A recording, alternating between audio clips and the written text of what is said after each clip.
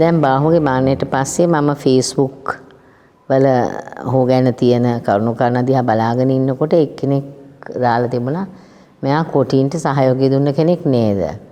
දැන් ඒක මට පොඩ්ඩක් රිෆ්ලෙක්ට් කරන්න ඕන වුණා.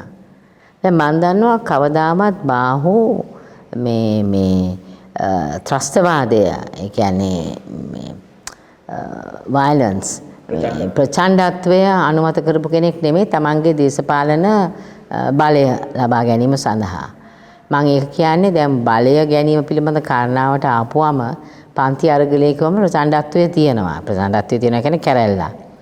නමුත් ඒක පන්ති අරගලය දැන් පන්ති අරගලය සමග එන ප්‍රචණ්ඩත්වයයි මේ ත්‍රස්තවාදී මේ කියන්නේ මේ LTT සංවිධානයේ ප්‍රචණ්ඩත්වය ඔහු එහෙම අනුමත කරයි කියලා හිතාගෙන තමයි ඔහු කොටියෙක් කියලා කියන්නේ. ඇත්තටම ඊට පස්සේ ඔහු යුද්ධ කාලේ යුද්ධ නවත්තන්න කිව්වා. ඒ නිසා කොටියා.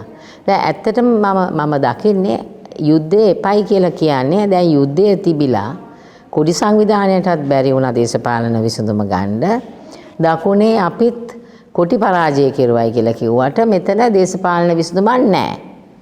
ඉතින් බාහුගේ ඒ ක්‍රියාකාරීත්වය දෙස මම බලන්නේ අත්‍යන්තයෙන්ම වාමාංශිකෙක් හැටියට ඔහු ගත්ත ස්ථාවරයක් හැටියට. මොකද යුද්ධයෙන්වත් යුද්ධයක් පරාජය කිරීමෙන්වත් ප්‍රචණ්ඩත්වයක් හෝ ප්‍රචණ්ඩත්වයෙන් මුහුණ දීමෙන් දේශපාලන විසඳුමක් ගහන්න බෑ. විශේෂයෙන්ම ජාතීන්ගේ අයිතිය පිළිබඳ කාරණාව. ඒක ඕ විශේෂයෙන්ම මට මතකයි ඔහු අපිට කියා දෙනකොට ලෙනින්ගේ ස්වයංතීරණ අයිතිය පිළිබඳ කතන්දරයත් ඊට පස්සෙ රුසියාවේ ගලා යාමත් බලපුවාම සමාජවාදය පිටවෙච්ච ගමම්ම ලෙනින් කරේ අනිත් ප්‍රදේශ Tamanට ඇනෙක්ස් කර ගැනීම.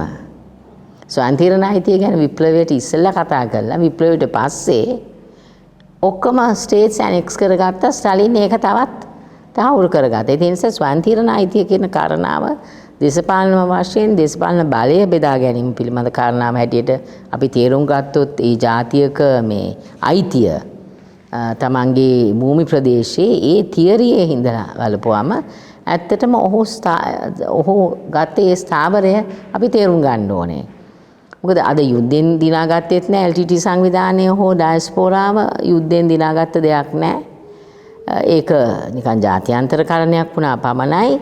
අපි දකුණු ජනතාව තේරුම් ගන්න ඕනේ මහින්ද රාජපක්ෂ යුද්ධයක් කෙරුවයි කියලා ජාතික ප්‍රශ්නේ තාම විසඳුනේ නැහැ කියලා කියන තැනට මුළු සමාජයම පත් වෙලා අරගලේ කාලෙත් අරගලේ ආයත් කිව්වේ දැන් මේ දෙමළ ජාතීන්ගේ අයිතිය අපි ඔවුන්ට අයිතිවාසිකම් අපි ලබා දෙන්න ඕනේ කියලා. ඉතින් ඒක එතන ඉඳලා ගත්තාම දැන් මේ දෙමළ ජන ප්‍රජාවගේ දේශපාලන අයිතිය පිළිබඳ කාරණාව අපි නිසාකාරව අවබෝධ කරගන්න ඕනේ. ඒක හුදෙක් 13 වෙනි ආණ්ඩුක්‍රම ව්‍යවස්ථාවට ලඝු වීමකුත් නොකළ යුතුයි. ජාතික රාජ්‍යයක් ගොඩනැගීමේදී අපිට තිබෙන ඉතාමත්ම හොඳම උදාහරණය තමයි බ්‍රිතාන්‍යයන් සමග දෙමළ සිංහල මුස්ලිම් සියලු දෙනාම මේ සාකච්ඡා කළා තමයි ශ්‍රී ලංකාවේ නිදහස ගත්තේ. එතෙන් සිට ඒ සියලුම කුල කණ්ඩායම් පවා රාජ්‍ය නිර්මාණය කිරීමේ ශ්‍රී ලංකාව නිර්මාණය කිරීමේ ශ්‍රී ලාංකිකයා කියන අනන්‍යතාවය නිර්මාණය කිරීමේ කාරණාවේදී සාකච්ඡාවක හිටියා. ඒක බලය පිළිබඳ සාකච්ඡාව. අපි කොහොමද පාලනයට එකතු වෙන්නේ? වතුකරේ කොහොමද පාලනයට එකතු වෙන්නේ? දෙමළ ජනතාව විවිධ භාෂා කතා කරන අය කොහොමද පාලනයට එකතු වෙන්නේ? ඉතින් ඒ සාකච්ඡාව යම් මොහොතක බහුතරයේ ආධිපත්‍යයෙන් නැති වුණා. බහුතරයට හැකියාවක් තිබුණේ නැහැ. අලුත් විශේෂයෙන්ම කොල්බේනාද සිල්වා වගේ කෙනෙකුත් කරන ලද මහා විනාශය අර මේ සෝල්බරි ව්‍යවස්ථාවෙන් දීපෝ ඒ 28 වෙනි වගන්තිය ඒක සම්පූර්ණයෙන්ම යටපත් කර දැමීම. ඒක මම දුටුවා නැවත 13 වෙනි ආණ්ඩුක්‍රම ව්‍යවස්ථාව හරහා වඩා පුළුල්ව ගෙනීමක් හැටියට. මොකද අයිතියක් නිකන් පිළිගන්න බෑනේ. අපි යම් පුද්ගලයෙක්ට හරි කියමු කාන්තා අයිතිය පිළිගත්තත්, වතුකරී අයිතිය පිළිගත්තත්, පුරවැසි අයිතිය පිළිගත්තත් ඒක නෛතික අයිතියක් බවට පත්වීම සහ පාලනයේ හවුල් කරගන්නේ කෙසේද කියන කාරණාම යුද්ධෙන් මෙහා. යුද්ධයෙන් මෙහා. දැන් ඒක උතුරට විතරක් නෙමෙයි සියලු පළාත් ඒක භුක්ති විඳා. ඉතින් උතුරට භුක්ති විඳින්න යනකොට පතුවෙන ප්‍රශ්නේ තමයි විධායකය මතුවීම. දැන් දකුණේ අයට විධායකයේ මතුවීම කාරණාවක් හැටියට තිබුණත් ඒක ගණන් ගන්න ආණ්ඩුකාරවරු කැමති නැහැ ජනාධිපති ඇඟිලි ගහනවට. ආණ්ඩුකාරවරු කැමති නැහැ තව කවුරු හරි එනවට. දැන් උතුරේ එක කියනකොට ඔන්න ලොකු ප්‍රශ්නයක් මතුවෙන ඔන්න වෙනම දේශයක් කියලා වෙනම කඩාගෙන යනවායි කියලා. දැන් 13ට සිදු වුණු විපත්තිය ඒකයි. එය විධායකයේ බලතල මත රැඳීම ආණ්ඩුකාරවරයා සහ මේ චීෆ් මිනිස්ටර් සහ විධායකය ඒගොල්ලන්ගේ තිබෙන්නා වූ බලතල නිසි පරිදි සාකච්ඡා කරලා බේරුම් කර නොගැනීම. ඒක මම කල්පනා කරන විදිහට ඒක තියෙනවා පළාත් 9ටම ප්‍රශ්නයක් හැටියට. ඉතින් ඒක බේරුම් කර ගැනීම සඳහා තමයි මම දැක්කේ පසුගිය වකවානුව තුල අනිල් වික්‍රමසිංහ මහත්තයා ඔක්කොම ගෙන්නලා සාකච්ඡා කරලා කියනවා මේ ප්‍රශ්න තියෙනවායි කියලා. දැන් පොලිස් බලතල දීම පිළිබඳ කාරණාවට ආපුවම මම හිතන්නේ උතුරට පොලිස් බලතල දුන්නයි කියලා නැවත ප්‍රචණ්ඩත්වයක් හේතුවක් වලින් නැවත සටන්කාමී කැරැල්ලක් කී කියලා. මොකද දැන් වෙනකොට මිනිස්සු ආර්ථික ප්‍රශ්න වලින් මේ ප්‍රචණ්ඩත්වයෙන් හෙම්බත් වෙලා. ඉතින් ශ්‍රී ලංකාවේ සංවර්ධනය ශ්‍රී ලංකාවේ ආර්ථික සංවර්ධනය ශ්‍රී ලංකාවේ ආර්ථිකයේ දිශානතියන් කියන කාරණා ආපුවම 13 වෙනි ආණ්ඩුක්‍රම ව්‍යවස්ථාව අනිවාර්ය සාධකයක් වෙනවා විසඳුමේ. විසඳුම අවසාන විසඳුමේ යයි කියලා මම කල්පනා කරන්නේත් නැහැ. මොකද මම හිතන්නේ දැන් කිසිම නීතියක් ගලේ ගැහුවා වගේ කෙටන නීතියක් නෙමෙයිනේ. ලංකාවේ ආණ්ඩුක්‍රම ව්‍යවස්ථාව 22 වෙනි වතාවක් මේ සංශෝධනය වෙලා තියෙනවා. 13 වෙනි ආණ්ඩුක්‍රම ව්‍යවස්ථාවත් ඒ ආකාරයෙන්ම යුගවලදී අවශ්‍ය විදිහට සංශෝධනය කරගෙන යා යුතුයි. මෙය දෙමළ මේ සමාජයේ දේශපාලන බලය සම්බන්ධයෙන් වෙන සාකච්ඡාවේ නායකත්වයක් තේරුම් ගත යුතු දෙයක්. මොකද මේක පාර්ශවයන් සියලු දෙනාම ලංකාවේ ඉන්න සිංහල දෙමළ මුස්ලිම් මේ ප්‍රධාන පාර්ශවයන් තුනත් ඒ වගේම දැන් අවුරුදු 200ක් ලංකාවේ හිටපු මලය සමාජයත් ඒ කියන්නේ වතුකරේ මේ දෙමළ සමාජයත් මේ සියලු දෙනාම එකතු කරගෙන කළ යුතු සාකච්ඡාව. මොකද කාටවත් මේකේ මෙයාට වැඩි වින්දිතය අනිත් එක වින්දිතය අතර එනවා බල අධිකාරියක්. සිංහල මිනිස්සුත් හිතනවා අපිත් වින්දිතයා. වතුකරයත් හිතනවා වින්දිතයා. මගේ මානව හිමිකම් ක්‍රියාකාරීත්වයේ වින්දිත බල අධිකාරිය තරම් වින්දිතයාට වින්‍යයි කරන මේ ප්‍රශ්නයක් නැහැ කියලා මම කියන්නේ. එක්සත් ජාතීන්ගේ සංවිධානයට ගියාමත් වින්දිතයෝ ගහ ගන්නකොට ඒගොල්ලෝ තීරුම් ගන්න රාජ්‍යයට සැටිස් කියලා. වින්දිතයෝ ගහ ගන්නවා මොකද්ද ඉල්ලන්නේ කියලා. මේක ගත්තේට එන්නේ නැතුව. අපි අනුදිනු කරන්නේ රාජ්‍ය සමග. අපි තාම රාජ්‍යය අල්ලලත් නැහැ. රාජ්‍ය කියන්නේ අපිම තමයි රාජ්‍යයන් නිර්මාණය කරන්නේ. ඒ නව රාජ්‍යයන් නිර්මාණය කර ගැනීම. රාජ්‍ය කියලා කියන්නේ මේ ස්ටැටික් දෙයක් නෙමෙයි. ස්ටේට් කියන්නේ විවිධ අවස්ථාවන් වලදී බලාධිකාරිය වෙනස් වෙනවා. භූමිය ස්ට්‍රික්. ඒ භූමිය ස්ටේට් එක නිර්මාණය කර ගැනීම මම හිතන්නේ පුරවැසියාට තියෙන අයිතියක්. ඒක යුනිටරි ස්ටේට්ද, ඒක මේ ෆෙඩරල් ස්ටේට්ද, ඒක ෂෙයාර්ඩ් ස්ටේට්ද කියන කාරණාව ඒවා අපි විවෘතව සාකච්ඡා කරන්න. දැනට තියෙන්නේ එක භූමිය තුළ අපි බලය බෙදා ගනිමු. අපි රට බෙදා ගන්නමයි කියලා නෙමෙයිනේ. බලය බෙදා ගැනීමේ අවශ්‍යතාවයක් තියෙනවා. බෙදා ගැනීම අවශ්‍යතාවයේ තියෙන්නේ භාෂාව පිළිබඳ කතන්දරය,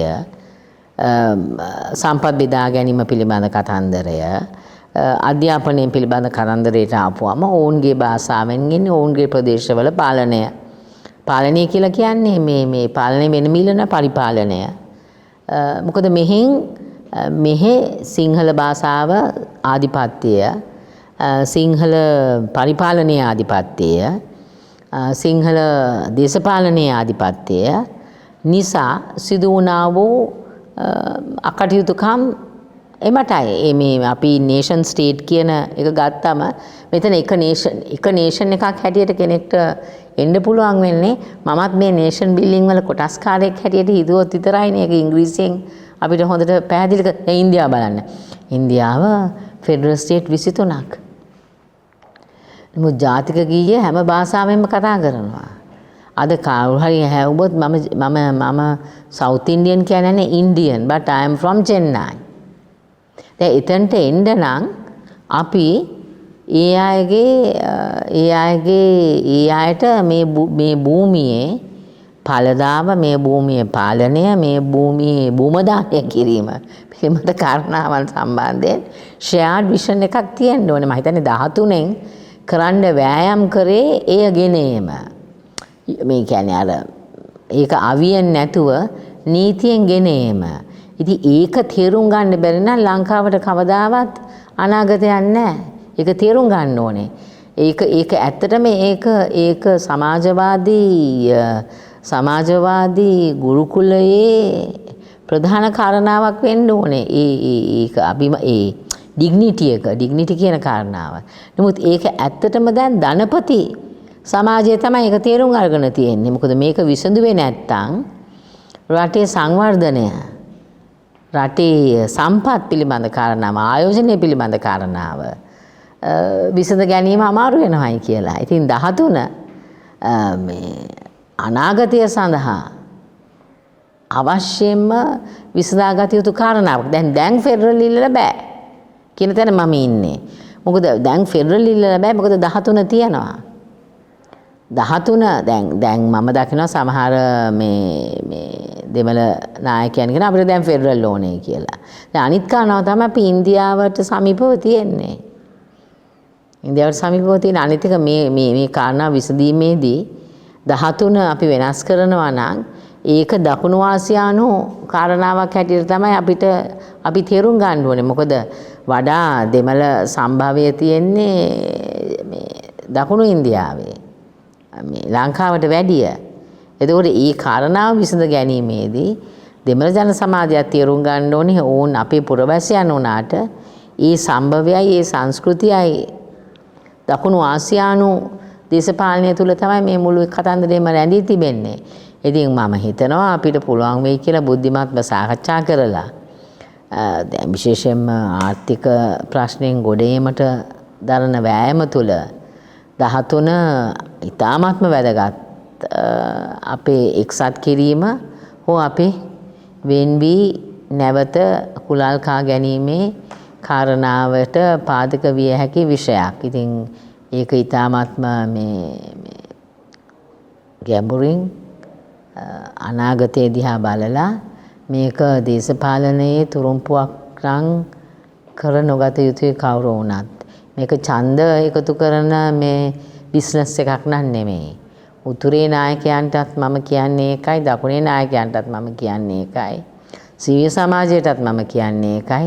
13 දේශපාලන තුරුම්පුවක් කරගන්න එපා. නැවත තව අවුරුදු 5කින් අපිට අපේ දූ දරුවන් ගැන හිතලා අපි දැනට මේ පරපුරේ එකතු කර ගැනීම, මේක විසඳා ගැනීම ප්‍රධාන අභියෝගයක් හැටියට තියෙනවා.